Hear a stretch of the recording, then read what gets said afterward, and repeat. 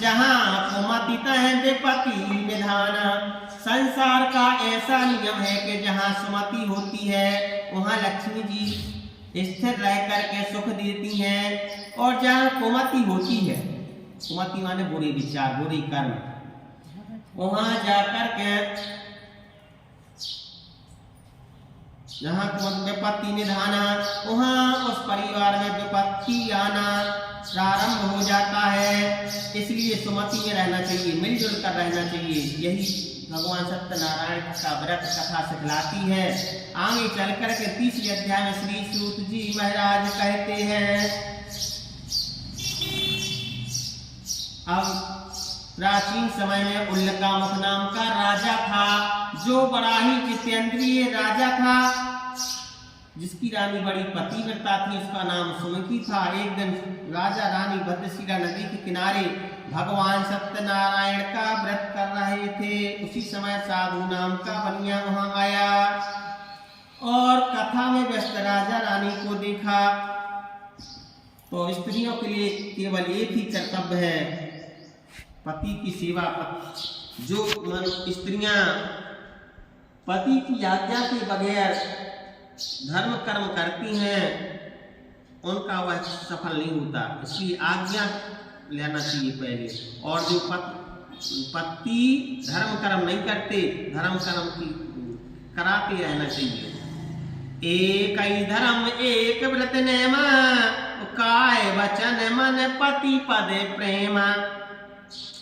तो उस प्रकार जाकर के वह कथा व्रत कर रहे थे उल्लकामुख नाम की राजा और रानी। उसी समय साधु नाम का वैश्य वहां पहुंचा और अपनी नाव को किनारे पे लगाया। व्रत में मस्त व्यस्त, कथा में व्यस्त राजा रानी को देखा और हाथ जोड़ करके पूछा वैश्य ने कि हे राजन, आप इतने भक्ति भाव से किस देवता का व्रत कर रहे हो, किसकी कथा कर रहे हो? तब जाकर के राजन कहते हैं कि हम ये भगवान सत्यनारायण का व्रत कर रहे हैं। तो उसने पूछा काय के लाने कर रहे?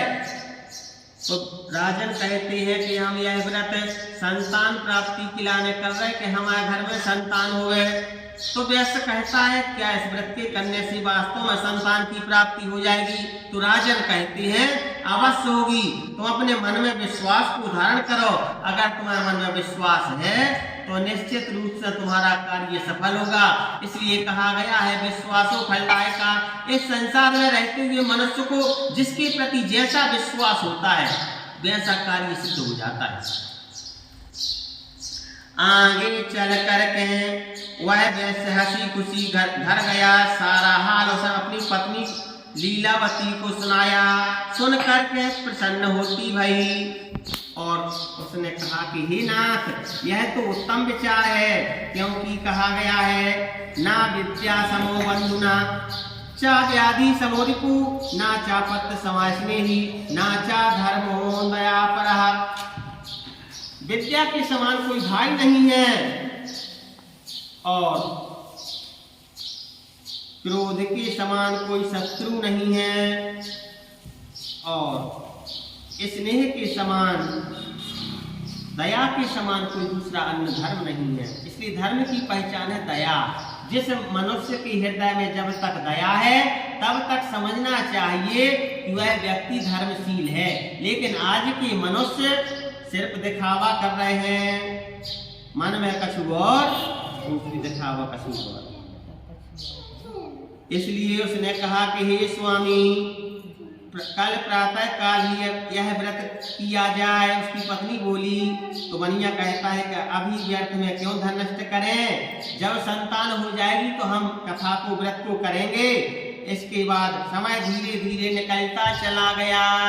साधु नाम के वैश्य को सुधी आई कन्या सयानी हो गई है, अब इसका विवाह कर देना चाहिए। इस संसार में दो चीजें बड़ी तेजी से बढ़ती हैं, एक तो कर्जा।